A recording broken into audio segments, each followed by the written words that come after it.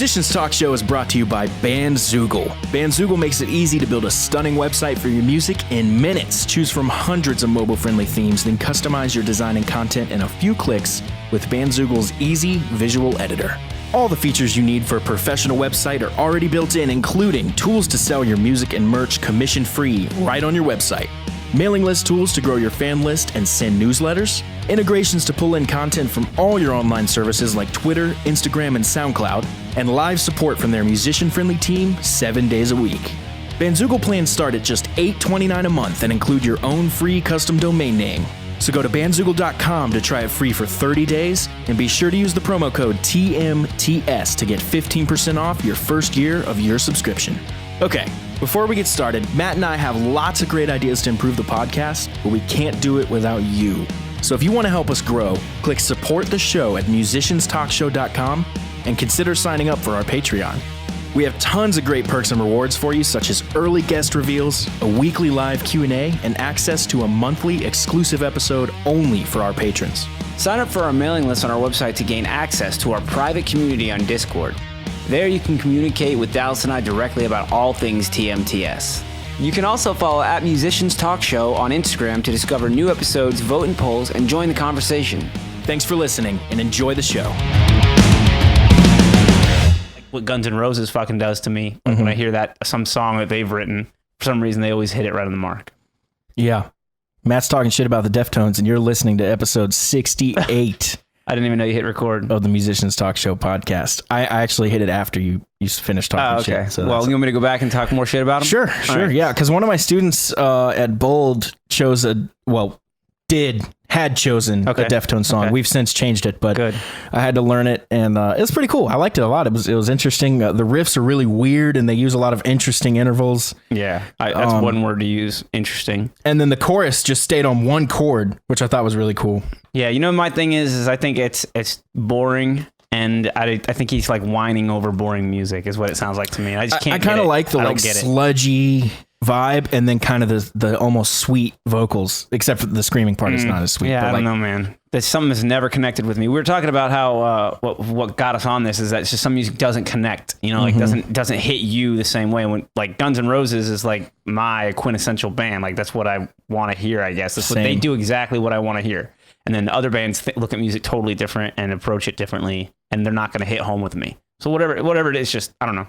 Just as it blows your mind that So people like the Deftones, it blows my mind that some people don't like Guns N' Roses. I know, same thing. I'm just like, wait. And a minute. So I you listen to understand when this? someone's like, I don't like Axl's voice. Like, I get it. Like, I can there's- see why people don't like it. You know what I like it. You know what but I hear all the time? I hear that a lot of people don't, if they don't like Avenged Sevenfold, they just don't like his voice. They don't like M Shadows, which some people love. Like, I think his voice is amazing. Like, you know what I mean? Like, it's crazy to think that somebody doesn't like that. Like, nah, I don't like it. I was listening to the URM podcast, and they brought up the fact that Guns N' Roses in the 90s, people were hating on them, saying they just did what the Stones did. Right. And then when Avenged Sevenfold came out, they were just hating They on them, just did saying what they just did what Guns did. Yeah. It's kind of like nobody can really see it in the moment. You know what I mean? Exactly.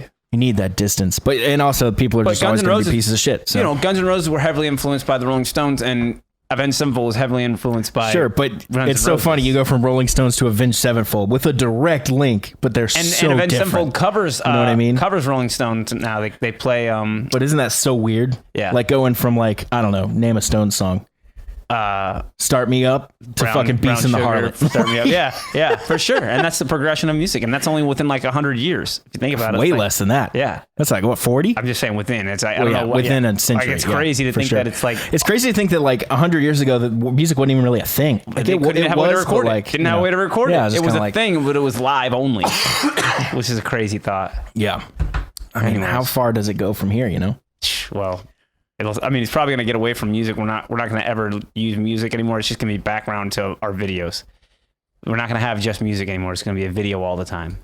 Yeah. Oh, why what not? else did they say? why They not? said, Nah, I don't know. here, you talk about Metal Fest. Okay. Talk about your weekend. I'm going to Yeah, think yeah. of my thought. Yeah, think of your thoughts. I went to Metal Fest last night. It was Already awesome. forgot it. It's gone. You got it. All right. Well, whatever. I guess it wasn't that important then. Carry on. So yeah, I went to Metal Fest last night. Tickets were free, and I talked a bunch of people into going. I got the whole band to go out with us, and Dan came, my roommate. Met a few people there. It was fun. Met new people, hung out with old people. The bands really brought it. That was the biggest thing I took away from. They were all excellent showmen. and women, showmen and women, because there were 2 female-fronted bands which were killer: Blackwater Drowning and Black Plague. A lot of blacks, by the way. Black Ritual, Blackwater Drowning, Black Plague. Like all these bands have black in their name. Black Pony. Annabelle Lee, Never I, Divine Treachery, and the last one was Dude, every metal show is like 10 bands. yeah. Well, it's 6. This so was funny 6. to It me. was a festival, though. You know, so think about that too. It's like the local festival. The thing is Black Plague is actually from Roanoke, Virginia. So that's kind of interesting that they made it onto a local Charlotte, but they do play here a lot, so I guess that's why. And there was one more band that I was trying to think of. Just not looking at it at the moment. East Viridian, that's what it was. East Viridian's another good band. They opened the thing, and man, they were good, like for openers. But they're a new band, so you can just tell that they just didn't have all the showmanship that the older bands had, which is something I took away from it. I want to apply that stuff to Prep and Barium stuff, and anything that I do, you know, musically is have like a show, put on the full show. And I showed you the video that I posted on Prep and Barium's Yeah, Instagram. it's interesting. I'm wondering, The light like, show and the sound was amazing. Yeah, some of that stuff is beyond your control. Right. Like if you don't have a light rig, like you can't really have a light show. And if you end up in a place like the Underground has lights, that's cool. Yeah. And they have a LD that kind of knows what he's doing. And don't they ramp that up too? Like the first band doesn't get as much of a light show, and then later on as it goes, depends. I think that's how it works. And it's the same thing with the PA. It gets louder as for the like night headline goes. shows, but this didn't really sound like that's what this was. It gets louder as the night goes too. What do you think that? Yeah, this is a festival, so it's like all sharing kind of. Yeah, if it's kind of all even, they switched. even it out. Yeah, and they switched. Actually, in the very beginning, it was supposed to be East Viridian wasn't supposed to open it, but something happened with one of the band's vans, and they said we'll start the show off. So that was cool.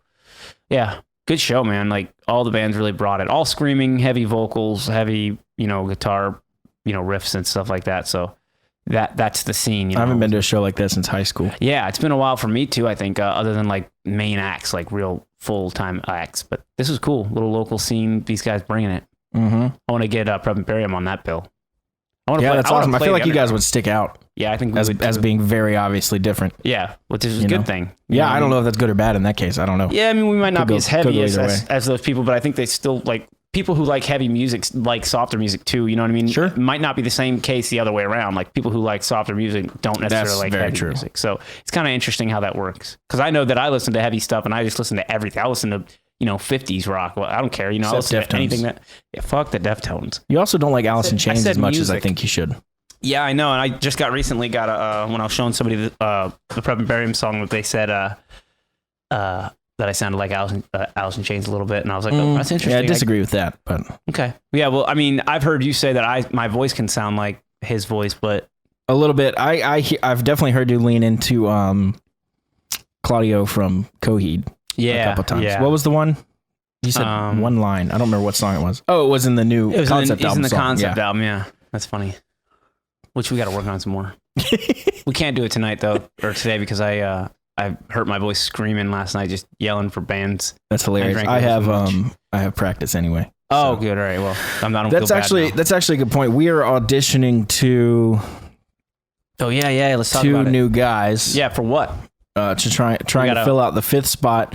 So we're starting a Guns N' Roses tribute called Yes. Anything Goes, Yes, which I was surprised was not taken. that's a good one. It's really awesome because I love it as only just like really just as an inside joke. Even just feel like I don't know, what should we do here? Anything goes, man. I kind of like that it captures the vibe of it does. the show. It Anything does. Goes, It's really cool. But yeah, we're starting that. So you've heard me on this show swear off tribute bands, but if you know me in person, you know for a long time, Yes. I've always said that if a Guns N' Roses tribute opportunity comes up, I will be taking that. Yes.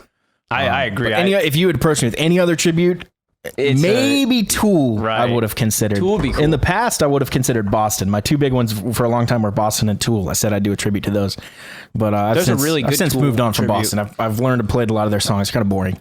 Yeah. I mean, I like the music, but it's just I've played them enough that I'm just like, okay. Right. And the thing is too that we talked about doing a Guns N' Roses tribute. I mean, you know all the songs. Like you love Guns N' Roses. You're that style I definitely of player. have an advantage over my band members in that sense. That this is the band for me. Yeah. So I picked the set list within 10 minutes. I was like, all right, here's what we're gonna do. I know Like, we know. Yeah. Yeah. I was like, I have a leg up on you guys because I know these songs inside and Yeah, out. Now, what I don't know how to, I learned how to play several of them over the years. Mm-hmm. And like Don't Cry, for example, used to know that whole song note for note.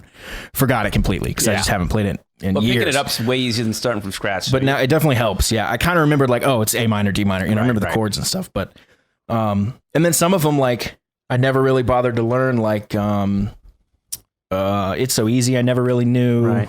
My Michelle had never knew. Right.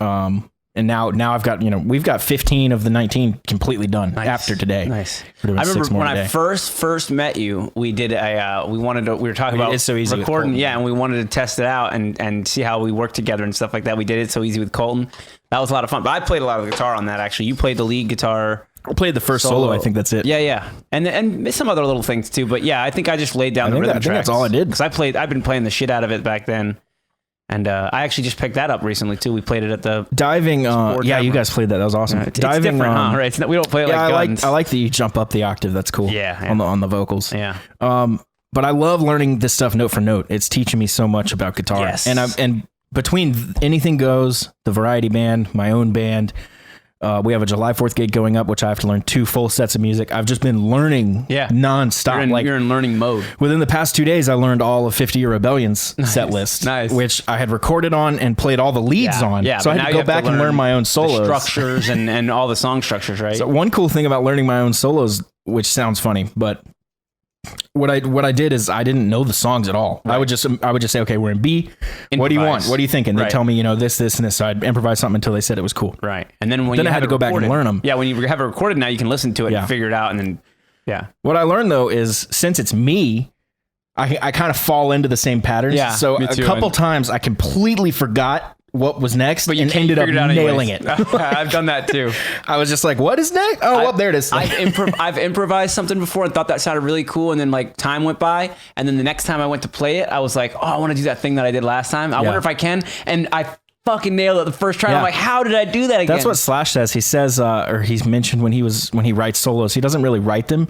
It's just kind of the way the music hits him at that moment. Yeah. This is what I want to hear. And then this, and then this. I've always felt that way too. Like I know the same stuff on guitar. I know the same like scales, the same arpeggios, all like, you know these things, right? But then what changes is the music surrounding your playing, you know what I mean? So, and then it makes you play something different. And I've always felt that. Oh yeah. I've long said that what makes a solo is not any note that you play as the soloist. It's what's going on behind you. Best trying to go along with the music. That's what you're trying to, you're not trying to write the greatest solo ever. There's no trick to that. Really, you're just trying to match the music as best as possible and do what the music needs, what it calls for. It's so weird to feel that and not really have the words to express that, It's weird. Because you wouldn't, like, I could tell you what scale it is, but that wouldn't tell you how to play the solo, the solo at all. Like, it's a feeling and it's a, you know what I mean? For sure. I don't know. So there's a lot more goes into it. Anyways. So you guys know I yawn all the time on this show. Yeah, I don't know what it is. I don't yawn at all during the week, and then we hit record, and I yawn 17 times. Did you watch that Kyle meme with the monster? He goes to work. You for sent Monster. it to me last week. You made me watch it. You literally you literally sat me down and made me watch all 8 minutes of it. Did somebody just yawn when he says that? I love that, dude. Because it's like, how dare you yawn here at Monster Energy? That's so funny. Yeah, no, funny. You sat me down in person and said, "Watch this," and I was like, "Oh, cool!" Like a 30-second video. No, this it was like 6.5 minutes. Yeah, long. it's like 5 minutes long. It's so funny though, dude. The guy denies being a Kyle. He's like, no, I'm a regular Kyle. Yeah, and then there's like, what's in your hand, Kyle? Yeah. Oh yeah, that was funny. Every time it goes, cuts away from it, cuts back, it comes back with the disturbed, and he's got like a monster hat on. You nailed that pretty good. That sounds just like it. No, my voice is all shot from the scream. There you go. That's funny. It's the compression. Yeah. And no, my voice is shot from last night. But I wanted to talk about, so we're looking to fill that 5th spot, which is Izzy. Yes, yeah. We have Slash, Axel, Duff, and Steven. We're looking to today fill you're Izzy. having the auditions. We have 2 guys that have already had an audition with me. Okay. And I mean, obviously they passed that. They're good players. I wasn't looking for much more than just like, right. Can they play? I kind of wanted to sit down and like look them in the eye and be like, is this something you want? Do you understand what we're looking for? Right. So that's so it. you're doing I wanted to talk about full band audition today. Yeah. And I presented them a challenge. I don't think they saw it as such, but it's a challenge. It's kind of like, I don't know. Let me describe what I did, and you can tell me maybe what it is. Okay. It's a test for sure. So the way we're learning songs, we already knew 3. We knew Jungle, Paradise City, and Sweet Child of Mine, because those are in our variety set. So we wanted to do a 19-song set, so that brings it down to 16. We're doing 3 a week, and we are 4 weeks in, so that's 12. Plus the other 3, that's 15 total. So we have 15 songs that they can pick from. 16? No, 15. Okay.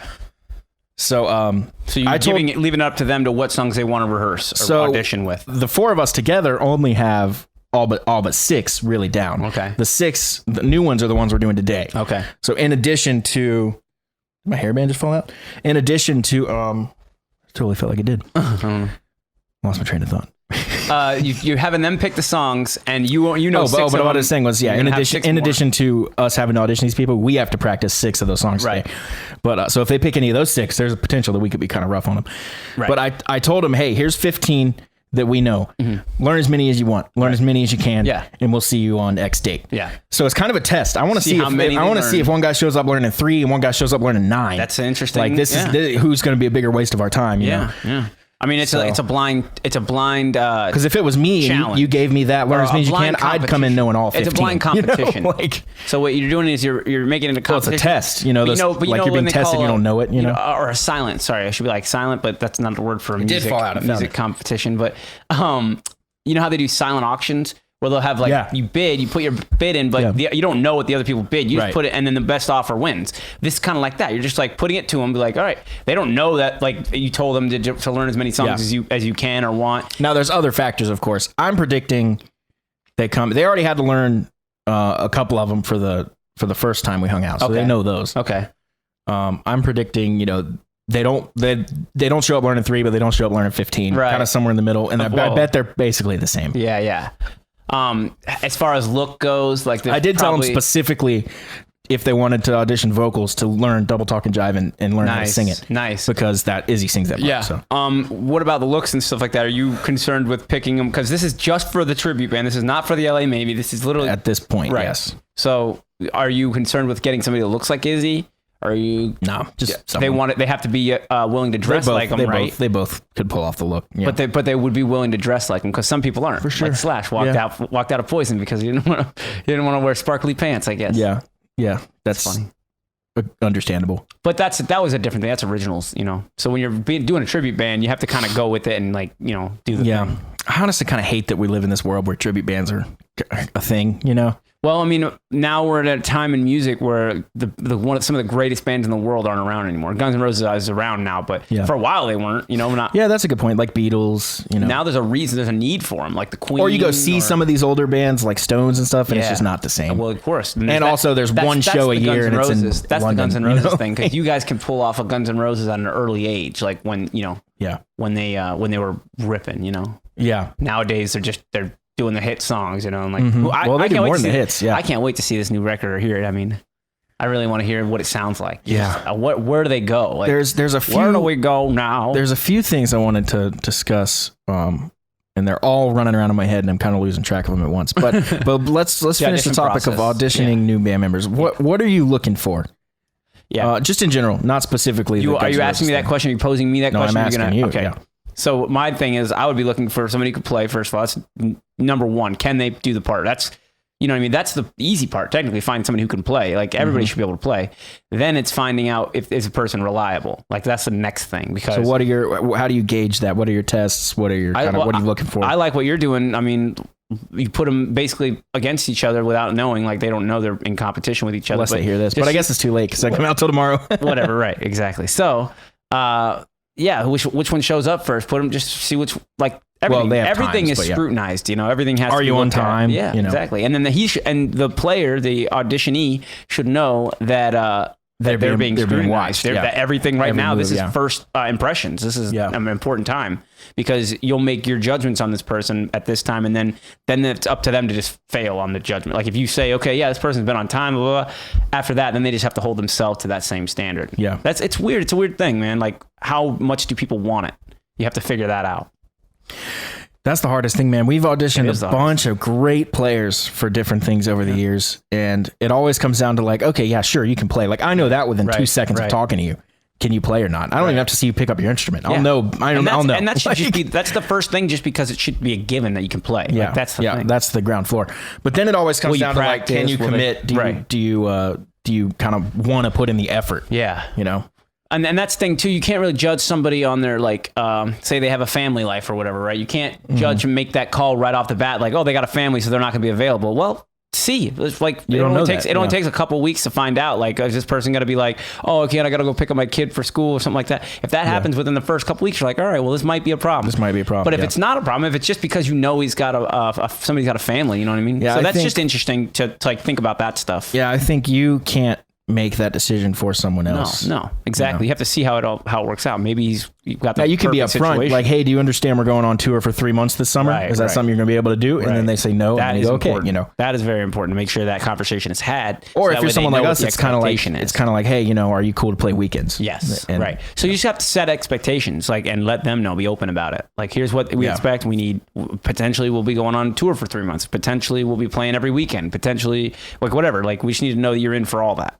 And you have to. I would have it all listed out, just a way to read it off. Yeah, that's a good point. I've kind of gone through that in my own career, like just vetting people out and making sure that their music career, I mean, you know, because it's technically not my career yet. I would say one thing worth noting is make sure you have your own shit together. Yes. At the very least, musically. Don't Yes. don't have them come in and then you're like, all right, what do you want to do? Yeah, Like, no. You You are in charge of the situation. You set tell the them what you pace. need, and Yeah. you say, all right, let's play this. Make sure you know it. Don't stop and look at the drummer and be like, do we repeat the chorus? Like, Right. I don't. If I'm auditioning for you and you do that, I don't want to be a part of that. No. Like, Yep. So just wanna- make sure you're all good on. You want to set your own standard to be well, so that way they come in and they rise to that occasion or rise to that. be prepared. performance. You know, but be Yeah. professional. Yeah, that's all I'd say. I mean, you're just kind of looking for all little things. I remember saw an old interview in Avenged Sevenfold's interviewing their manager. The guy wanted to manage him, and they're like, I don't know, we don't really need a manager. So they all had a meeting. They were looking at everything he did. They were like, does he hold the door? Does he tip the waitress? Like, everything. Everything was scrutinized. You know what I mean? Just because like they're trying to learn about something, and that's what awesome. everybody should expect as being in an audition. Psychology tells us that there's definitely things you can learn about someone. Little things like that you can learn big things from little things. Exactly. Like, does he tip? That says a lot. That says a real lot about what he is as a person and how he acts and how he behaves and how he treats others and all that stuff that Manners. comes from noticing a tip. Yep. It's kind of like, well, he doesn't tip. That's not, you know, it's like, no, that's a big, like, you it's can a tell a big lot of different things. Sure. He doesn't believe in waitresses and waiters making a He's fair European. wage. Yeah. And that's the thing is like some people don't believe in tipping at all. Like I've definitely met people who don't tip. When you're out with them, you're just like, I'll leave something, you know, like sometimes I am absolutely happy to leave 20, 25, 30% for good service. Yes. If you're a piece of shit, Yeah, then you I don't get a am tip. not happy at Yeah. all. I will leave you like 10. Yeah. I've never not tipped someone, but like I will not leave a good tip. I hate it when people just assume they're going to get a tip. Even It's like, if oh, well, I they get 20% just for showing up. Yeah, It's like, no. no, dude, like I've You been gotta sitting here work. for 10 minutes Yeah, with you no gotta do your drink. shit. Like, Yeah. like, come on, man. Yeah. Like, That's interesting. Yeah. But yeah, so little things, you know, looking at everything. I think it's that entitlement that I don't like. Like, Yeah, you know, I don't like you it stepped either. in here, I get 20%. Yeah, I don't Nah, like that dude. either. No, how about you do your job and then we'll see what Remember you when it get. was 15 though? You notice how numbers creep up over time? They do. And how- Growing up, it was always tip 15%. And then somehow one summer it was just like, oh, now we tip 20. the cost of living. It's just like, what? Cost of living has Like- gone up. Everybody, like gas I remember is more 15% money. Everything's was more like money. the good standard tip. Now it's 20. Yeah. Also, another thing that bugs the shit out of me. Everyone knows it used to be 9 to 5. Yeah. Learning that song 9 to Yeah. 5. Yeah. It's in a song. It's Yeah. clearly that was the work hours. Now it's 8 to 5, and then it becomes 8 to 6, and then it Yeah. becomes 8 to 6. You don't get a paid lunch break, and then it becomes like, 8 to- dude, yeah. what the fuck? I remember learning that lunch wasn't included in 9 to 5. Yeah. Like 9 to 5 is basically like it's 9 to 5:30 if you're having a half-hour lunch Yeah. break. Like that's what. Well, see, I worked a 9 to 5 corporate job, and the guy started getting mad at me for leaving at 5. And I was like, what are you talking about? Dude? Yeah. I'm leaving at 5. He's Yeah. like, no, we need to stay till 5:30. You know, it's just good happened to attitude. me at And a then he would machine get mad shop. at me for showing up at 9. that would happen to me at machine It's like, shops we'd too. like you to get here at 8:30. So wait, you want me to add a whole hour to the day? Right. Like, I'm salary. Right. Like, you realize, like, Right. That's not fair. That's not what we agreed on. it's like, oh, dude, it makes me so mad that Isn't that people just weird? roll over and are like, yeah, okay, I guess I'll do that. Yeah, and it's such a weird thing that's commonly accepted now. But it is weird, and Like, that's no, dude, you have me 9 to 5, and I'm gone. that's the thing is. Let's when make you're- no especially illusions about when- me wanting to be here. Yes, especially when you're trying to do like my dream is to make money off of music, make my living off of my music. That would be amazing if I got to just be a music 100% of the time. You know, like a musician. I mean, so when you're trying to show up at work and you have time, like, all right, I'm gonna leave at 5, so I'll have from 5 to this amount of time Yeah. to do this, right? Yeah. And then they just come up to you at 5 o'clock at the end of the day, and they're just like, oh yeah, we need you to actually stay late today. You do anything? Yeah, I got a life outside of this place. I'm doing something. I needed to know this a week ago. Yeah, if you exactly. Like, but and it's just so funny that it must just be, I don't know if it's common, but like just people just what you have to do though don't have anything going on. You have to set boundaries on that. And that's why you have to be like, hey man, sorry, can't do it. Thanks. Like I did my job. I fulfilled my part of the party. That's what I've learned. You know, you're overstepping your bounds. If you give into that one time, then all of a sudden it's like, okay, now they're going to start asking that all the time. If you want to, you know, it may be worth saying, and we're way off topic, but it may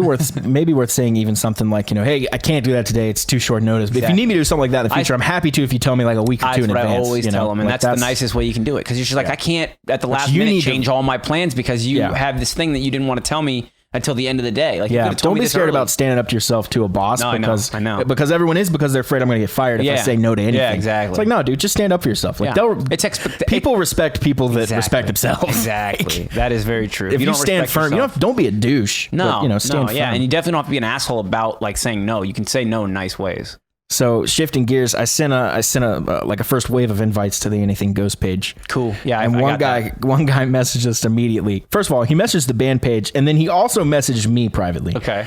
He said the same thing both times. When he messaged me, he added a little line. He said, "Hey, thanks for inviting me." Okay. And then he said, not to be, I'm paraphrasing in my head, not to be a Debbie Downer, but aren't there enough Guns N' Roses tributes, or already enough Guns N' Roses tributes on this area or something like that?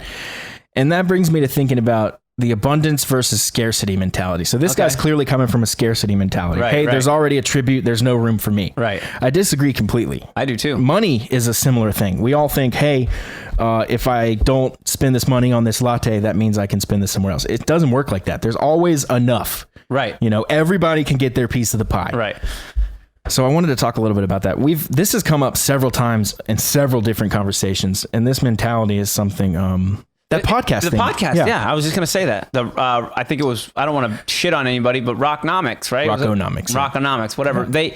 He kind of came at us like a little bit aggressive, saying basically like, hey, there's not enough room for both of us. And that was kind of a weird thing. We're like, yeah, there is. First of all, we're not the same thing. Yeah. We're doing two different kind of things where maybe we talk about the same kind of ideas sometimes. Like maybe there's overlap. Both podcasts, where ours, it has the potential to be more general, but definitely skews more rock. Right. Yeah, but he's generally speaking about rock. Like that's what he talks about. We talk about being a musician. He wrote up a press release and sent it to all the Charlotte News things, and we were part of it. It wasn't like he did this, to be a dick or anything. No. But it ended up basically saying, "Is Charlotte big enough for 2 rock podcasts?" Right. And I was like, yes. Yeah. Because it doesn't matter how big Charlotte is. Podcast release to the world. It doesn't matter where you are. The podcast is Now, in retrospect, I see that he was saying more from like a securing guests standpoint. When Whitesnake comes to town, are they going to be able to say yes to both podcasts? Well, you know we do what I mean? almost all of our interviews through Skype. Yep, we've only done a couple in person. It's not even an issue really. So timing doesn't matter, place doesn't matter. No. So I kind of see where he was coming from, but also, I mean, I very much come from an abundance mentality. There's always enough. There's enough Guns N' Roses fans for every tribute to work the rest of their lives. It's going to be fine. Yeah, exactly. And if they're different, like I remember there's a lot of Led Zeppelin tribute bands, but they all offer something a little different. There's one that looks exactly like them to a T, and they sound pretty good. You know, they're good band and everything. Then there's another one that has like 10 guys on stage, and they play the music to the record. Like it sounds like you're listening to Led Zeppelin, but live, you know, but like in amazing clarity and detail. You know what I mean? That's amazing. But they don't look anything like him. The singer looks like Howard Stern. So it's weird. You know what I mean? But we kind of have an uphill battle.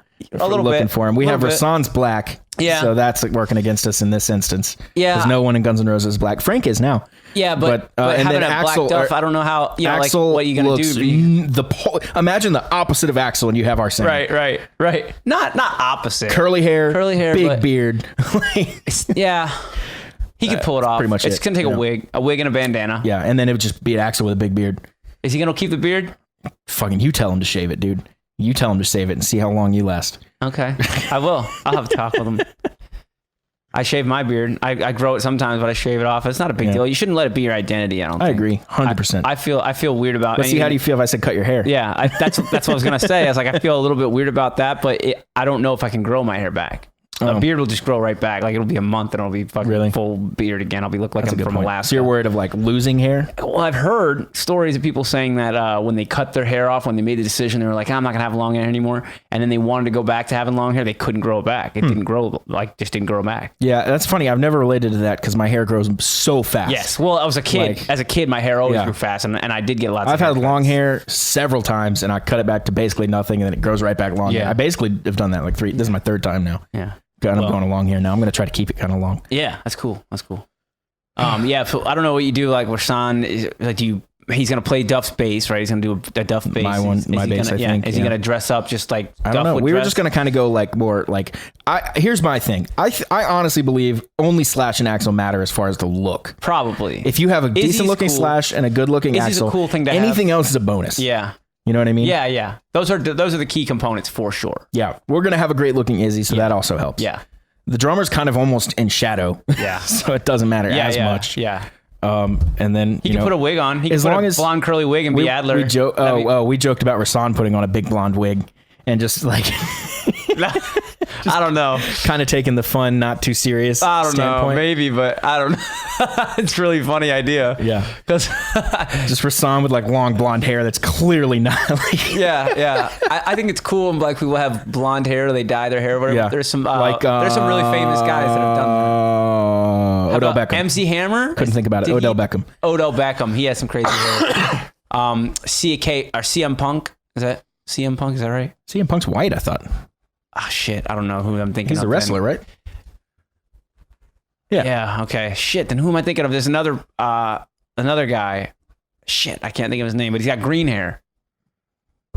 He's in fighting MMA now. I don't know, but Lil Wayne always has a million colors in his hair. Yeah, Like, yeah. Oh, and also that Tekashi dude. Oh, Tekashi 6ix9ine. He's not Was black. he black? Though. He was No. Hispanic or mixed He's or Hispanic. something. He's Hispanic, I think. He's in jail now. Oh yeah, his last name was Hernandez. It was Daniel Hernandez was his name. Nice. Yeah, he didn't last very long. No, man. I think he's like singing about selling pills and got caught for selling pills, I think. Like, No, it was What was it? he was on probation for Yeah. like gang related violence. Right. And then literally in one of his music videos, he's like waving around guns and shit. Yeah. And at the that's shoot, what it like was. it was just kind of like, dude, how It was fucking very- dumb are you? that's what it was. Like, It was very you obvious are so dumb. mistake. Like, Dude, you're not allowed to have weapons in they your should hand. have just put you a in jail music from the video out. start and just skipped all the other bullshit. Like, because you were going there anyway. Right, Like, right. We knew it the second we saw you. And now when he gets out, he's gonna be so old and irrelevant, dude. Yeah, Like, it's so funny, His dude. sentence is so it's far. it's so funny. It's funny, but it's tragic. you It's know? tragic, but it's also really funny. Yeah. because it's like, dude, you definitely did that to yourself. They get you. They let you go on something they should not have let you Yes, go on. yes. And you still fucked And it you up. pushed Like, the line anyways. You like decided you wanted to cut the red tape anyways. you got so lucky and then just shot yourself in the head. You know what it Like, reminds me of? It reminds me of like the movie, the Motley Crue movie, The Dirt, when Vince Neil gets out of jail Yeah. from wrecking the car and killing Razzle, and right away Nikki offers him a bump of cocaine. Like, Yeah. he goes, "I just got out Yeah, of jail," yeah. and he does it anyway. Well, it's like Nikki gets out of the hospital from dying and then goes and shoots up right, immediately. like yeah. first thing he does. That story blew me away when I think read Slash did the same thing too when he died. it. Something like that. Isn't that crazy? Immediately got high. Just something. I don't know, man. That's crazy. That's nuts. Yeah. I can't relate to anything less. Anyway, so Like- so let's just wrap that back up full circle here. The but tribute band. whenever people say things like there's not enough, or Yeah. there's already one of those, Yeah. or if you're thinking of starting a cupcake business and you're like, oh, there's already a cupcake business, that's the wrong attitude. Right, dude. right. There's plenty of room for fucking. There were plenty of already bakeries. computer companies when fucking Apple Right, started. Like, come right. on, like Right, and if everybody just was like, "Ah, shit, there's already a computer company." Well, no, where's the Yeah. progression? Like, Yeah. what if you guys are 10 times better than they any, need you. any There's Guns N' Roses like 8 band that's billion out? people. Like, we need there's plenty to go around. I believe you guys are gonna give them a run for their money, and everybody's gonna be kind of. We'll see. I honestly what are we don't. gonna do? I honestly don't think it matters like how good you sound.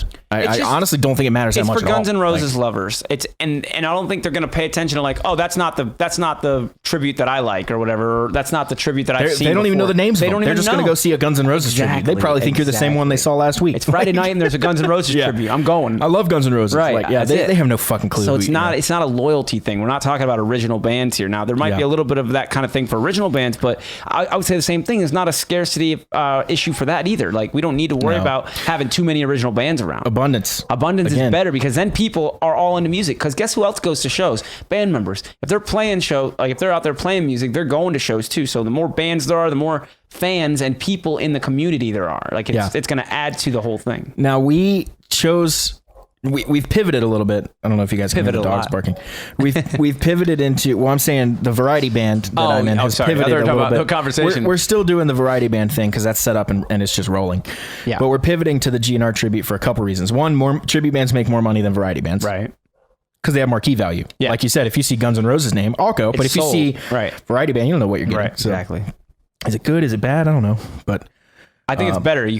People know what they want and they come out with more directive. Yeah. So you demand more money. Well, we won't get specific, but you demand more money. And then the main reason we're doing it is to promote the original band. And there's a way we're going to go about that I don't really want to get into too much detail on. I think Guns N' Roses is such a good idea. The perfect tribute for the LA Maybe to be that kind of thing. You know what I mean? Like it's going to lead it right into it. It's perfect. Yeah. So not that you guys sound just like Guns N' Roses, but the similarities in taste. Well, if you like Guns N' Roses, you'll like us. That's what I'm saying. The taste is there. I can't imagine a GNR fan not liking our shit. Yeah, like, I don't think so. Yeah, I think if you like that sound, that big, rock sound, you're gonna like, the LA Maybe. That's the idea. I came across something. I'm gonna let you talk about this. Oh, okay. While I figure out this real quick. So you go ahead and discuss that. Oh, yeah. So the Playroom is doing their first festival, which the idea behind this, Eddie had a meeting. I worked there at the Playroom. So it's a music rehearsal studio and recording facility. And if you listen to episode 6, I believe it is, or 7, we talked to Eddie Z, and he's the owner there. Anyways, Eddie had a meeting, and he was talking about how he wants to promote the bands at the Playroom more. He wants everybody there to kind of included with your renting your rehearsal space. You get along with that a community of other bands and the Playroom itself supporting you. So what they started doing is they do these promo videos for each band, just showing off the talent that's in the place, and now they're doing a festival. And they do other things too, but the festival is coming up is June 22nd, and selling tickets basically to play this, and we're gonna do it in the parking lot. It's gonna be cool. Oh, the whole thing's in the parking lot? Yeah, it's gonna be right in the. They're gonna clear the parking lot out basically. They got the trucks all those and trucks and are going. Yep, all that stuff's gonna be gone. So the parking lot will be wide open. Who do those trucks belong to, and what do they? I think it must just be those companies right next door. They're like these businesses. But Eddie, that's part of Eddie's property. I don't think so. Okay. I think he knows them so well because he's right next to him the whole time or whatever. So he's real good friends with them and stuff like that. And I'm sure he got permits and stuff for the city to do this show in the parking lot. And then because of noise ordinance and stuff like that, it's going to go on until 10 o'clock, I think. So you're probably pretty safe ordinance wise over there. I think he's pretty safe, but he has to there do are it a lot to cover of his own ass. Pretty close. He talked about potentially just winging it, but he was just like, I'm just going to not take chances. He's going to sell a lot of tickets. So you are allowed to break the ordinance if you get a permit? Is that the... No, I think you just still have to have a permit. Just you're supposed to have one. You know what I mean? Like, no matter what. No matter what. Yeah, it's like you're putting on a show that's going to be making noise outside. It's like if somebody shows up and shoots someone else, like you could be in trouble. Yeah, or it's kind of like... it's just so they know what's happening. Like all of a sudden, instead of like the cops hearing music, like loud music coming from down the street, then they know what it is. It's planned. It's on the schedule. It's on. Right. It's just that idea, I guess. It's not like they're going to shut them down or anything. Yeah. But it's a little bit of a process to get a permit, I'm sure. So anyway, so yeah, I'm going to help out with that. Kyle's out of town. We were asked to play it, but Kyle will be racing that weekend. Oh, that's unfortunate. I was wondering why. I thought you guys were. No, I wish we were. It'd been cool because he's rolling out that. 3 Doors Down used to rehearse at the Playroom and wrote Love Me When I'm Gone there. And they stored all their touring equipment there. Well, until just recently, they pulled it all out. They were storing it there for years or whatever. Well, when they were pulling everything out, Eddie asked them about the stage or whatever, this big aluminum stage that they have. That's their touring stage, and bought it from them. So that's when all the bands will be playing on that stage, which will be cool. It's a nice big aluminum, structure. Nice. Yep, it's going to be nice. And so basically all the bands at the Playroom are going to play. Not all of them, like most of them. I think there's like 5 or 6. And Abby Kay will be playing. That's Eddie's new artist. She doesn't, she does rehearse at the Playroom, but not a room tenant. She rehearses in like the National Room or production room, They get together and do the rehearsals. She's new and up and coming, so that's cool. It'd be awesome to see her. I haven't actually seen her myself. Sorry, cool. I saw a bass player that auditioned for us is playing with her. Oh, cool. So wait a minute. He's a bass player because she's a bass player. He also plays drums. I guess he probably is playing drums. Okay, yeah, cool. Okay, so I came across this quote in an article talking specifically about Guns N' Roses, but that part doesn't matter. It's universal. But I wanted to see what you thought about this because I've been talking with our front of house guy who knows way more about this stuff than I do, And it kind of stumped him a little bit. He had to go ask his mentors and stuff. So it stumped a bunch of people. I actually posted a post on Gear Sluts. That's how curious I am. Okay. And it's not necessarily even because I want to do something like this. I'm just genuinely curious how they make this happen. Okay. So Fortis, Richard, the guitar player, this is the quote, mentioned that with the band's in-ear monitors, Axl has a channel that the audience hears and a channel where he can communicate to the band. Sometimes while band members are performing solos, Axl will be telling jokes to them. Okay, that's the quote. First of all, it's a talkback mic. That's super easy to understand. We run the same thing at our shows. I have a talkback mic, and it does not go to the front of house. Right. It only goes to our ears. And you use different mics so that we can actually physically see. So I have two mics. Right. One's an SM57. One I have to make sure I'm singing in so the crowd can hear me. And the other one I lean over slightly to the left and I say, hey guys, let's play Purple Rain or whatever. Right, and only they can hear me. Right. So one time we gave the talkback to Foz, and he goes, Purple Rain, into the wrong mic. So we finished a song, and Purple Rain just comes over the loudspeakers to the whole crowd. Oh, the crowd knows what the song is. Because I have his vocal mic turned down quieter, and it has reverb on it. Right. So I hear Purple Rain with reverb, and I was like, what? And then I hear him go in the other mic, which is much louder, so we can all hear, and he goes, oh, fuck. He's like, wrong mic. That's so good. But so here's my question. How do you think he pulls this off? Here's where we have to make some assumptions. Okay. He says channel. I don't think he has two mics. No. I think he has one mic. Yeah. And the other catch is, I'm pretty sure he's portable. He's got obviously it's a wireless mic. Yeah. But and a wireless I found a way to solve it with one mic, but you have to be standing on a switch, which means you have to be in that one spot. Okay. I don't think that's what he's doing. I think he's wandering around backstage, changing clothes, being like, oh, look at the girl in the front. Running back up like... Talkback mics are super common. That's not what's cool here. You can tell in the article that they really think it's cool that he can talk just to the band and the audience doesn't hear. Yeah. That's super normal. That's not what's stumping me. What's stumping me is how he's doing it with the same mic and how it's portable and he's walking around wireless. Right. So he must have... I have several theories. Okay. But they're all varying degrees of He must complexity. have a mic that has two channels that you can switch over. I was thinking they might make just because you can have an effect and a non-effect. Like channel, like want something that's dry and something that has like going through processors, right? So they might make mics that have two channels on them that you can literally, or maybe more than two. I don't even know. I was thinking something similar. The mic we use is a wireless mic with a mute switch. Yes. I was imagining if that switch was an A and a B. Right. If you just pushed it and held it and that was B and you could be like, you guys are gay. And then you go and you release and you're back to the crowd. Super simple, yeah. And but it would be bad if he got it on the wrong channel. Well, that's why you don't have a latch. You have a push. So like if you're not holding it, it's live. So if you want to say something, you have to be holding it. You probably can't accidentally. And he's Axl fucking Rose. I bet he's got whatever the fuck mic he wants. I'm sure. Here's what I think. If there wasn't a mic, that's what I was about to say. It's custom made or something. But so here's the other theories I came up with that range in believability. Yeah. That one right there is the main one that I think is true. That's my main one. What were the other ones? One, they have a really attentive front of house guy who knows when to mute and unmute. That's a good point. That one has a lot of potential problems. Yeah. Like what if he fucks up and Axl says something and he's live? Also, what if Axl wants to say, how the fuck you doing, Winston-Salem, in the middle of a solo? And he's muted. And he's muted, right. So there's a bunch of problems with that. There are, yeah. I don't know if that's fun. Also, the front of house guy needs to actually run front of house, not be messing with the mic on there. Yeah. What if there's another microphone, this could be simple. It could just be another wireless microphone that he picks up backstage when he goes back there. You know, or just sitting somewhere where he grabs it. Definitely and he knows possible. that's his talkback mic. It's definitely possible. I feel like he would probably keep it on his person though. Might have it in his pocket. Because think if first of all, their stage is 80 feet wide. What if my mic is on the complete other side and I have a funny joke I want to tell, which is important, I guess. Yeah. What if That's gonna take me a minute to get over there. A little clip-on mic somewhere? That was the other one that Adam said. He could be wearing a lav. Right. And the lav is just going talkback all night. That presents some problems because now that's a good theory. It presents some problems because that's going to everyone's ears all night, even when he's just singing. Even when so you're getting double Axl. Him, yeah.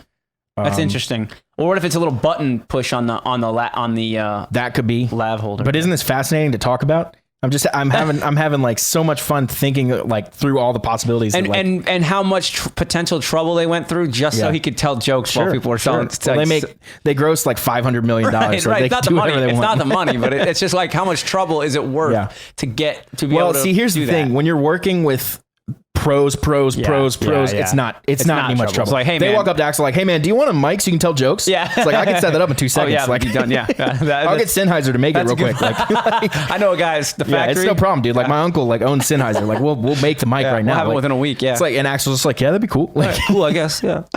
But thinking through, but I like thinking through advanced very specific situations. Yeah. Because There are other even though examples. I necessarily wouldn't need a mic to tell jokes, Yeah.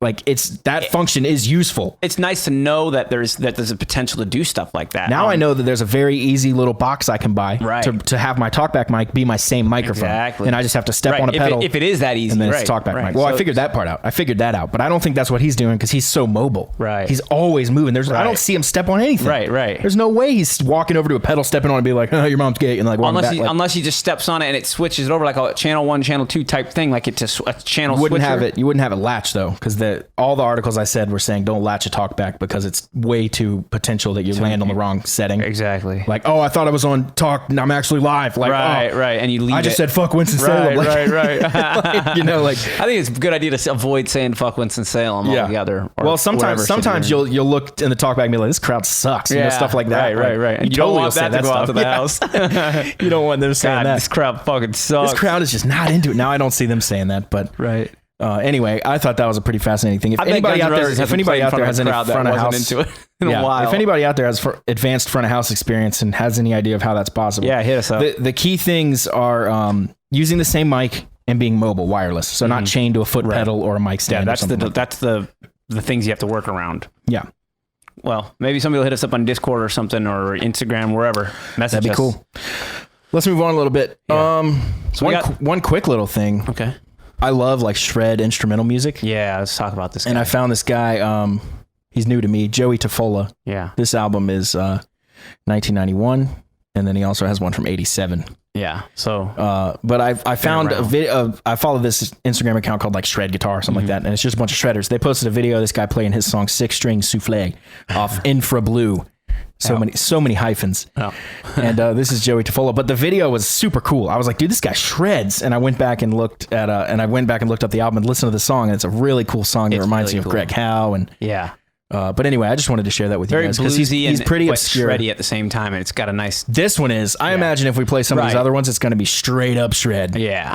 But because he was on Shrapnel and all that Yep, stuff. Yep. Now he's definitely worth mentioning. That's a cool. But I'd never heard his name, and I pretty much know all the I feel shred like I've guys. heard his name so before, but I've never listened to him and never really got into it. It so I never surprised me to see delved a in. Shrapnel shred guy that I had not heard of. So I checked him out, and I really dug it. And I think you guys Hell might yeah. too if you like that kind of stuff. Six String Souffle was the name of the song. Yeah, Joey Tafola. That's TFO. LLA. Sorry, TAF. Yeah. TAFOLLA. Two L's basically. One F. So let's talk about your upcoming video shoot. Yeah. Okay. I want to hear a little bit about this because I don't know that much. This would be kind of fun. We want to do like a Pantera tribute. We do a cover Domination Hollow, which is something they've only ever did live. You should clarify those are two different songs. Yeah, they're every two time songs. every time you say it, I feel like it's one song because I didn't know that until I saw you guys do it Okay, live. okay, yeah. So it's two different songs. The Domination first, slash- Domination's off the first, yeah. Domination's off the first record, and Hollow is off the second record. And there's a video on YouTube where it's got decent quality, like audio quality, but it's not great because it's just live and from the '90s. They did those two songs in a certain way that I just thought was like, I've always thought were like, that's the coolest fucking thing, the way they mashed those Medley two on- songs together. Yeah. And it's just great. Like they just go so Kind of well like you guys together. do with your first two. Exactly. Yeah, I love It's that. like that. But they broke up. The beginning of Hollow has a long acoustic and like clean part. They just okay. took that completely out. Okay, so cool. they just took the heavy part of Hollow and slammed it at the end of a already extremely heavy song, Domination, probably like one of their heaviest. And I've always loved that. But there's not a good version of it. You can't listen. There is. They Wait, did so go- Hollow is like half acoustic and half normal? Yeah, it's Oh, like so a half and half song. Okay, yeah, cool. so it's just the second half of Kind of like Hollow. Cemetery Gates kind of does that thing. Kind of like that. Kind of like. I like Cemetery Gates, my favorite. Yeah. Oh yeah. Killer song. Anyways, The way he sings that first verse. What the does way he say? sings the. What's the first lyric? Rev 1? What the fuck's he say? He says Rev 1. Reverend. Reverend. Yeah, Reverend. Yeah, I Is this never a knew what he said, conspiracy? dude. Yeah. Reverend. Reverend is. But he this a sings it so conspiracy? beautifully, dude. Oh, he's great, and I love those high notes that he hits when he's battling Oh, the yeah. guitar, Oh, or like yeah. going head to head with the guitar is so amazing. Brutal. And then now he can't do that at all. Like Phil, sings in the lowest voice ever. He just talks like this, and he couldn't hit a high note if he fucking wanted to. Really? I don't think so. I don't know.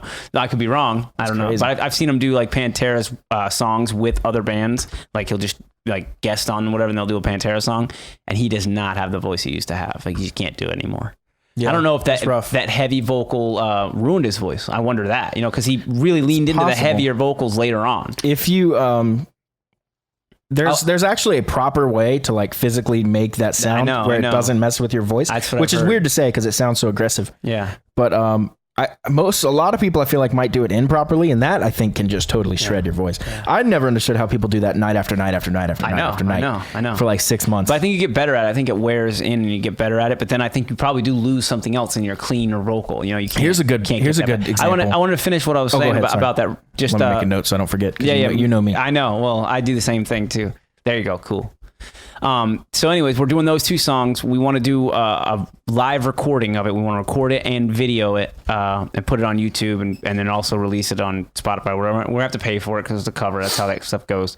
Yeah, like we did for Harlot, right? Exactly. It's super easy. So we're gonna it was do like that. $30 or so, if that. Yeah. So we're going to do that. So there's a good version of that song out. The one thing about that is they did a Dom Hollow studio version, but they did it differently. They just did the end of Domination and the end of Hollow. So they didn't play the whole Domination. You didn't even get the solo of Domination. You just get the one little ending like that over and over. Oh yeah, kind of like it basically starts right there. It basically starts there. What's the riff for Hollow? I remember liking it. Dun dun dun dun dun dun dun dun dun dun. That sounds and then there's a it's so groovy, dude.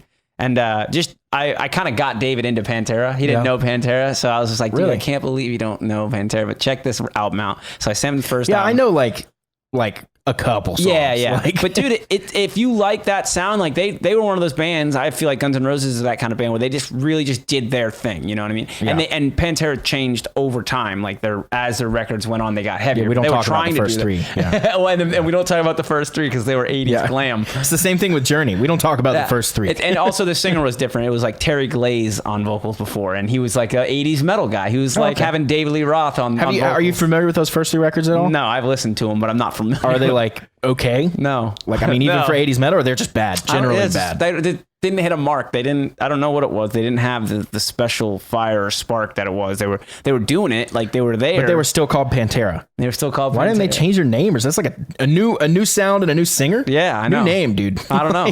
Maybe they loved the Pantera name and they were just like, this is going to be it. We just got to figure out how this music's going to work and who's going to be in the band, you know? It's always like that, you know? I mean, even though like every time I've ever like had a big lineup change, I've tried to change the name, you know, like that's my thought too, but who knows? And you know that particularly a big lineup change with a style change. Yeah, and the studio like, that's a new project. Yeah, exactly, exactly. The studio was called. That's what Pantego. we did with "Marry Me Joanna to Sarah." We basically just got a new singer, changed their style, but we changed the name. Exactly. So and that makes sense. Like the studio was Pantego Records or whatever. So maybe it was like partly that because it was like their whole thing was Pantera. I guess that was their vibe. I guess I don't know. Maybe they love the name, or maybe they already had a good following. Like I know they were killing it in those metal, in those rock scenes and stuff like that. But I want to actually like dig into those first 3 albums. Check a it little out bit and see like what's big. They're kind of interesting. There's actually one too that had Phil on it, but it just wasn't really. I don't know what happened. One of them was actually with Phil on it. It just wasn't good. It was still that same old kind of sound. Probably the third one. Yeah, it probably was. So we were talking about the dirty, distorted vocals. Yes. With transitioning to clean vocals. So Whitechapel recently, if you know them, since the very beginning, like 2008 or 9 or 7 or whenever their first album came out, the most like gritty, aggressive, guttural vocals. And in their latest album, which just came out like a few months ago, like March, I think. Yeah. He started singing a few cleans, and they're really cool. It sounds like the dude from Tool a little bit. Okay. Like it's Maynard. I'll have to play him for you after this a little bit. Tool with Maynard. Yeah. But I feel like Phil, the singer for Whitechapel, had to have been doing that properly. Because first of all, he's had incredible longevity and consistency. It always sounds the same in a good way, album to album to album. Well, who knows what the biological thing is inside your throat? You know, but I don't think it's all the same. Who knows if it's all the same, like for every person? The thing that causes the vocal distortion of Chris Cornell all the way up to the Phil is the glottis.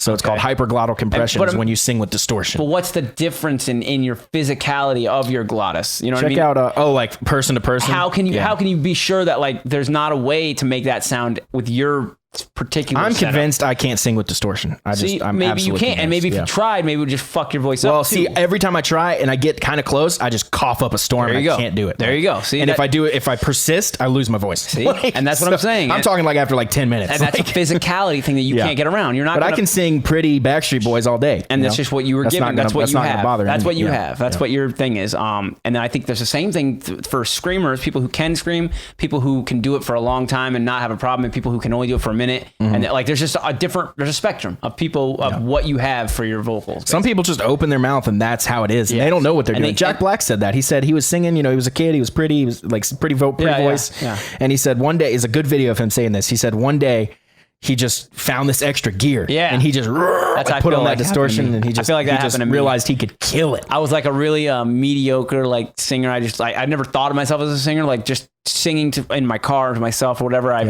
And then one day I figured out that other gear and I was like, oh shit, if I just like push, and I was in my car, so I wasn't afraid to, Yeah. I nobody learned singing in watching my me. car too. It's a great way. Shower's another way, but people are listening to you. If you live with somebody, people can hear you in the shower. A car is the best because it's pretty isolated. You can crank the music way up, get it loud enough to where you can actually push your voice and find out what you can do. And you don't have to be worried that your voice is going to crack or something because nobody's listening. It's just you.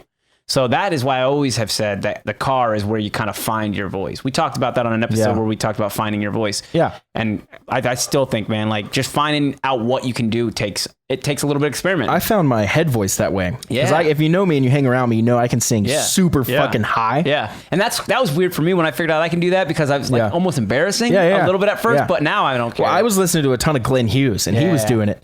And I heard someone describe it as head voice. Yes. And I was like, and head voice is different from falsetto. Yes. Falsetto is head voice, but head voice is not necessarily falsetto. It's a weird thing. Because falsetto is nice and sweet and you're really just pushing air. Head voice is really like, like you're hitting it's coming notes, from behind your throat. It's coming from back farther too. It feels like than the falsetto feels like it's coming right from the front. Yeah. It's like, just air, nose, and kind then of, from back here, totally different, especially in volume. Yes. And timbre. But Exactly. what happened was somebody described it as head voice, and I was just like, how the fuck does he sing that high? There's no way. Right. And then someone said head voice, and I started.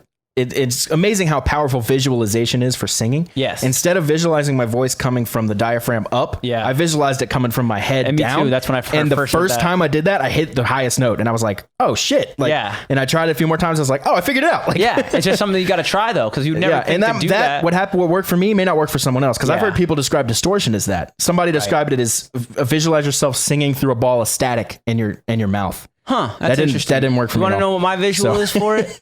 My visual is closing, like, a hose when you put your thumb in front of it to make more pressure. My visualization is closing my throat just a little bit. And when they're closed, when they're that close, like there's just a little space for the air to come out, essentially, it flaps like a clapper. So you're visualizing literally what happens. I guess that's how you make the sound. I guess I had a good visualization of what actually happens. when you can hyperglottal compression, when you compress the glottis, right? So you're pushing your voice, it so that's close how you that get when the air distortion. goes by it, it's bouncing off of the other side, and that's what closes. It's just a stop start. And I've never been able to figure that out. Every time I try it, I just fuck up and cough.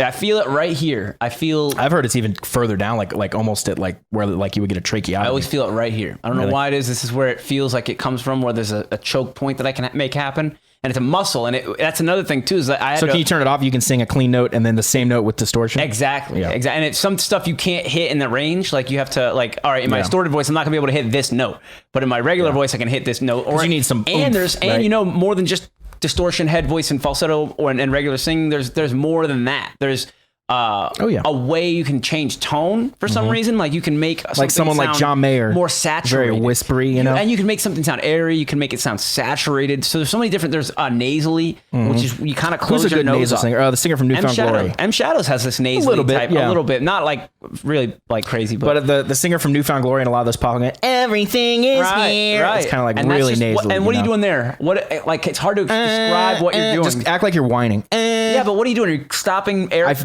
literally feel my nose vibrating. Okay. I couldn't tell you what I'm doing. Me neither. That's what I'm saying. I feel Like, it's coming from like the nose area. But and there's lots of other ways to We probably sing. sound so stupid. That's fine. Whatever. We are stupid. But there's other ways you can make sounds that are hard to even describe to people is all I'm trying to say. Like It's like, this one. right. How are you going to, what are you going to do? Like, Couldn't tell you how I do How it. about the Daffy Duck thing with your, Oh, yeah, you yeah, make yeah. your lips? Like, Yeah. I can sometimes do it if I try Really? really hard, but it's not easy for me. I've never Some been people good can at just do a voices. Daffy Duck or My buddy Sean, I want to get him on the podcast. His band Terminal Fury just came out with a sick album. I met him at Paul Gilbert's Great Guitar Escape in Okay. 2012, Yeah, and yeah. I've probably told the story a million times. But dude, that guy in voices, yeah. unbelievable. Nice. I don't He think you have did. told us. He was cycling through Family Guy voices, and Guthrie Govan was Really? there, and Guthrie Govan lost his shit Nice. for the Stewie. Nice. Like I mean, it literally. Killed You it. close your eyes, it's like this is the fucking show. Like I've never seen anyone nail it. So he does take- all of South Park, Simpsons, Family Guy. Like What were we talking so about? How we much. got onto this? What was the? What was We were the talking subject? about voice and shit, Whitechapel, that kind of thing. Whitechapel, yeah. So the being the gravelly voice, like M Shadows can't. He always has problems. Like he, will just go Speaking voiceless now. Yeah. He can You can barely t- even. his voice kind of Yeah. high, And know? it's changed. Like if you listen to the new record, like you can hear a tonal change in his voice and how. Sometimes you can hear the tonal change from like Metallica. You can hear the tonal Yes. change from when he didn't know how to sing and when he did. Yes. And it's one album, like the Black Album, right? That was the first one where it was the like one he where they learned how said- to sing. He said that that's the first one they focused on the singing. Yeah. So think about that. They didn't even they thought of the singing and the vocals as after. Like we got just these kinda badass spinning it, yeah. songs Yeah. and we're gonna put these fucking lyrics over it. Yeah. And they didn't really think about singing. They just thought about we're gonna put these fucking lyrics over Some it. people are, and this goes back on the luck thing I was saying, but some people are just so fucking lucky. Dude. Yeah, like you could also- not do that nowadays. No, and nail it. Like, that's the thing is they were so different. It was like a pivotal Yeah, thing. So it yeah. didn't really matter how they were just the first one to hit. they didn't that. have it nailed Not- right. yeah. It didn't matter. So, but then they eventually did nail it. Like that Bob Rock is the one who made them focus on it. It's like And that was listen, the we're Black gonna- Album, correct? Yes, that was 1990. And there's footage of it. There's like footage of that process of him kind of learning how to punch in vocal takes. And One thing stuff. that stands out to me is he said that was the first time ever he had a piano or a Yes. keyboard or whatever in Yes. the vocal booth with him, and he was typing out, to or work playing out on notes the actual melodies of his Yeah. vocals. Yeah. to know like, oh, here's the note I'm trying to Exactly. hit. And that's it's a G or whatever. That's something I never did until I started hanging out with you. Actually, we do that more often. Yeah, now. I do that all the time. I always keep it when I'm tracking vocals. I always keep up a keyboard. Yeah, because we were trying to find that note, like Yeah. instead of just winging it and trying to see Instead what of just falls- sitting here for 20 minutes being like, that wasn't quite it. No, not this. I'll not just that. find it on the keyboard real quick, Exactly. and I can literally play it in your headphones And once while you you're hear tracking. it, yeah, and then once you hear it, it's in your head. That melody's in your head. You can just lay that right out. It also makes finding harmonies way faster. Oh, if yeah. I see Matt singing an E and I Yeah. know they're in E minor, well, I know I have G and B ready to go easy for a to nice three-part transpose on harmony. the keyboard. Yeah. It's beautiful. Yep. We had a couple other topics to talk about, but I think we're running out of time. So let's end with two some stuff to check recommendations. out, yeah. You go first with yours because you know more about it, and then I'll go with mine. Yeah, so the first thing is a show for me. I got hit up on Facebook about this, and I kind of like the idea. I'm always interested in different ways for bands to make money, bands to promote themselves, all that stuff. A show for me is a website that basically you make an account. It's like a social media type thing, but for all musicians and fans.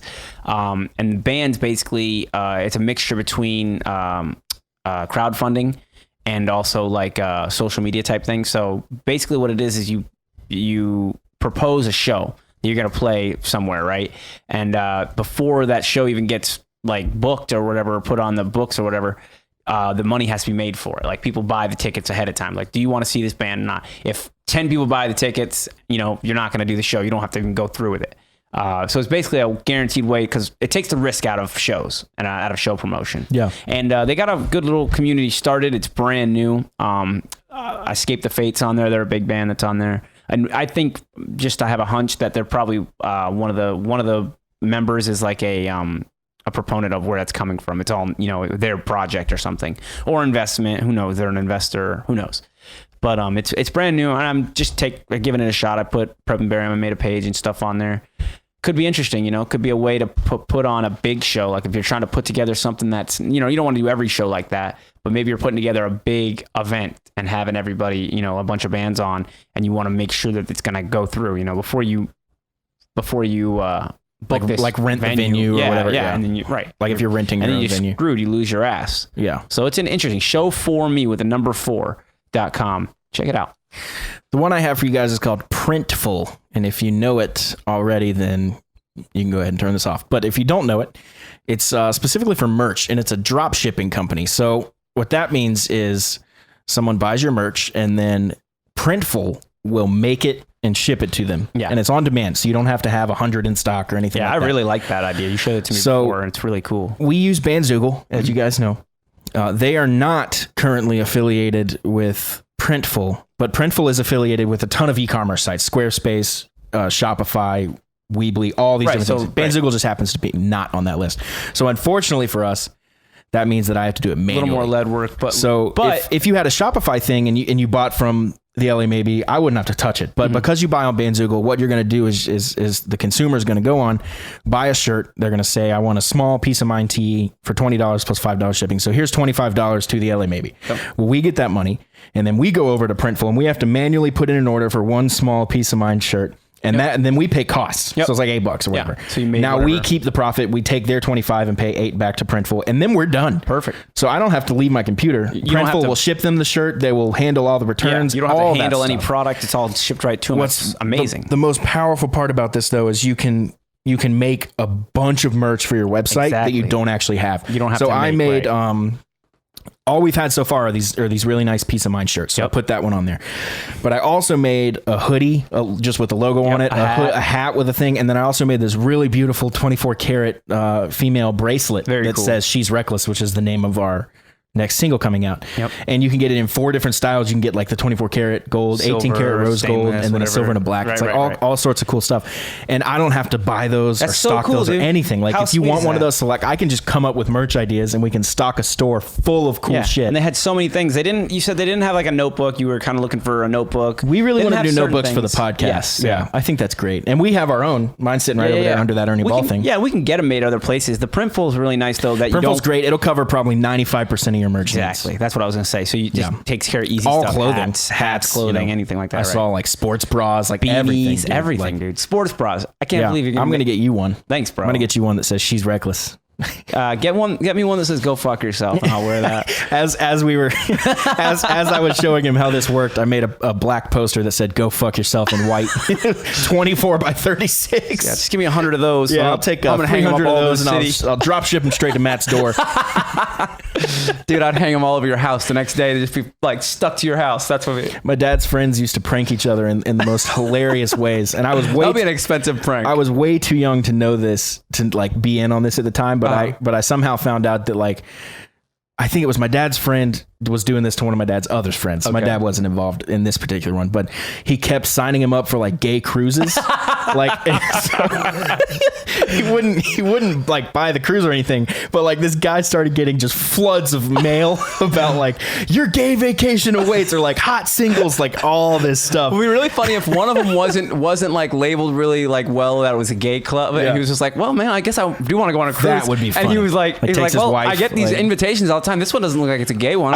I'll go on this way. And he gets there and it's just like all dudes and him and his wife, and they're just looking around like, oh, well, that could actually be awesome. But I'm sure it'll be fun. I'm sure it'll be fine. Like, I'm sure there'll be lots of stories, but unexpectedly, it'd probably I thought that's a hilarious prank. But yeah, I'm definitely going to get a Go Fuck Yourself poster shipped directly to your door. Speaking of that, go ahead and say your address live on the podcast. No problem. Yeah, you guys just send me whatever the fuck you want. Any closing thoughts? No, I'm gonna make a Printful for my stuff too. That's and we're gonna do it for the podcast as well. So you guys can absolutely expect a lot of merch. Hell yeah, to be able to buy soon. I love that. And the stuff's super high quality. I ordered a test to confirm, but everything's super on the up and up. It's nothing, drop shipping's a totally. I want to test one of those hats. I wonder how they print them. Are they embroidered? Are they one printed? of the LA Maybe hats? I'll order something. Yeah, I'm gonna order something. Maybe I'll make a Prep and Bury and want to test it out. That'd be sweet. We'll see. Cool. Let's piece it out. Let's wrap it up. This has been an hour of fun topics, kind of all over the place, but that's how we do it. Yeah, today was a weird one, but I mean, we'll see you next week. We're going to follow up on the couple topics we did not get to today. Yeah, we got some more stuff. But as always, join our Discord, musicianstalkshow.com/sign up. All you got to do is put in your email and then just follow the directions from there. It's all automatic. So we'll see you on Discord, and we'll have some pleasant discourse. Hell yeah. Oh, you see what I did there? I see. All right, see you guys later. See you.